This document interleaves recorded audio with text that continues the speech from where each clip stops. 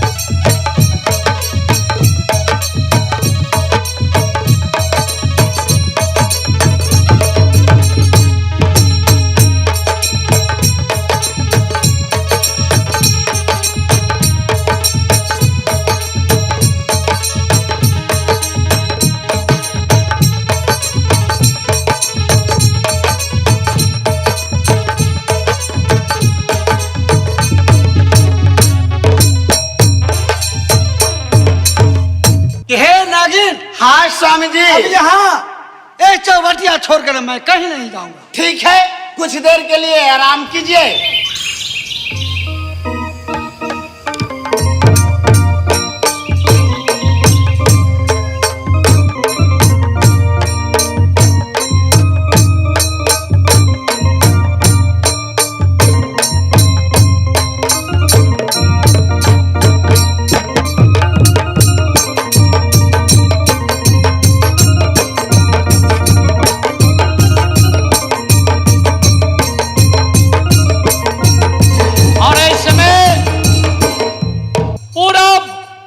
दक्षिण शिकार खेले लाऊं और उत्तर पश्चिम दिशा में ओ देख रहा छे हरिन उत्तर दिशा में जा रहा है और देखल हरिन के ओ पीछा कभी नहीं छोड़ाओ।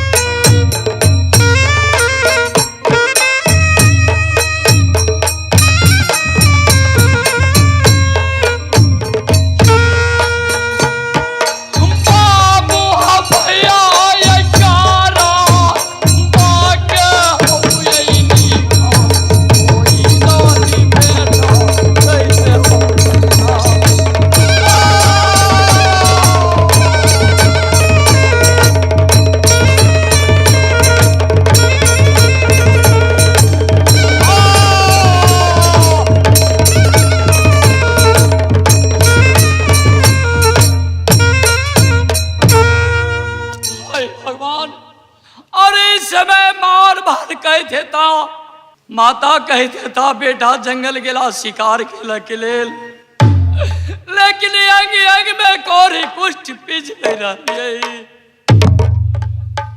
यैया बनै साहस यही होई छै। सुंदर दहिया में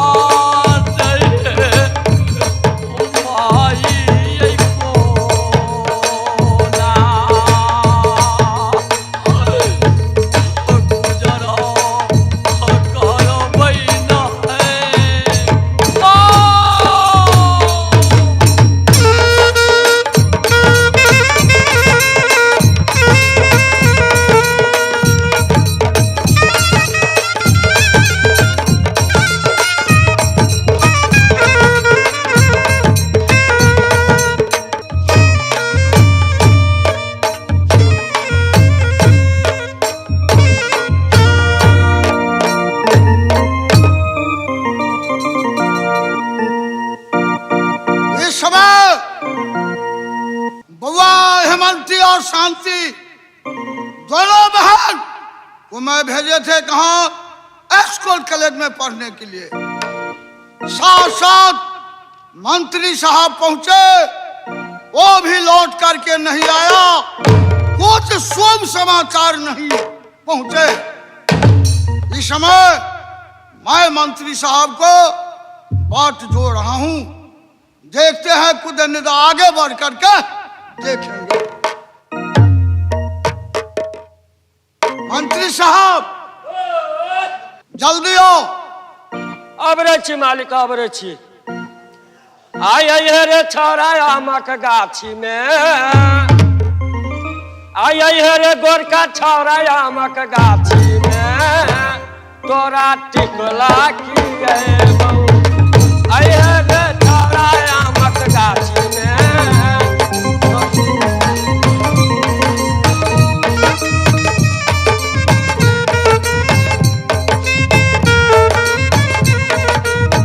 आई है रे छोरा आमक गाछी में, तोरा टिकला की गए बहू।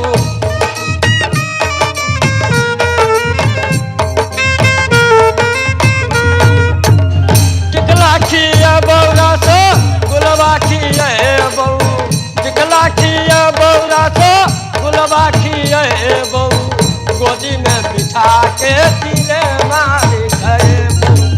अये तोरा मत गाछी में, तोरा टिकला खिए बहू।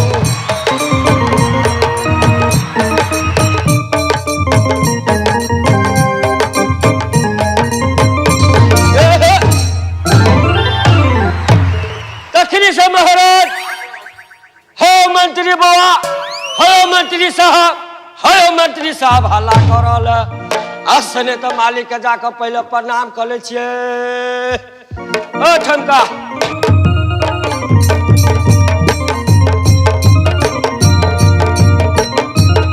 महाराज की जय हो। जय हो, जय हो, जय हो। मंत्री साहब ये तुम बताओ, बुआ हेमंती शांति पढ़ने के लिए स्कूल गए जी, साथ साथ हम गए थे, लेकिन अभी तुम आ गए। मेरा बेटी हेमंती शांति कैसे पढ़े लिखे हैं या मुझे बताओ। सुनिए मालिक, बहुत अच्छा पढ़े हैं लिखे हैं। अच्छा, बउआ शांति और हेमंती को महल में रख दिए हैं। आप हल्ला किए हैं, हम आपको पास में आ गए हैं। ठीक है मंत्री साहब, तू अच्छा किया, तुम मेरे बंगला ऊपर में पहुंच गए। अब मेरा विचार यह है जी, तुम मेरे बेटी जो है हेमंती और शांति जी, उसको बुला करके ले आओ, क्योंकि आज बहुत बढ़िया दिन है, सुबह सर है जी। मैं भाग अजमाइश करूंगा। ठीक है महाराज, अब बंगले पर बैठ जाइए, मैं जा रहा हूँ बउआ शांति और हेमंती को बुला कर लाने के लिए। ठीक है, जा सकते हैं तुम। ठीक है महाराज, जाओ। ए ठमका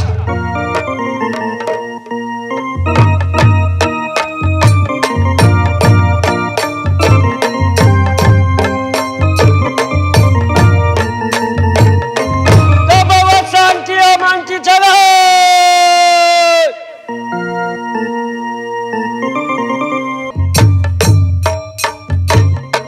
बउआ शांति हेमंती, तोरा दोनों बहन के बंगला ऊपर बोलल को जना ने तेना कहल को आबा के लेल। भैया आ इन कौन जरूरी लग गल बाबूजी के बंगला ऊपर में दोनों बहन की मंगल गला। देखा बउआ, हमरा कोई बात नहीं कहल की ना, कहल की ना मंत्री बउआ जा महल में बउआ शांति और हेमंती के बोलने आब और जना ने तेना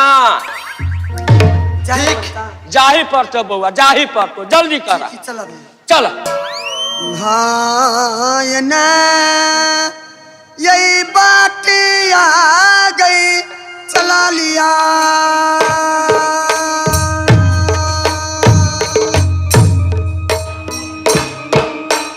बाबूजी के अब बंगला परम ये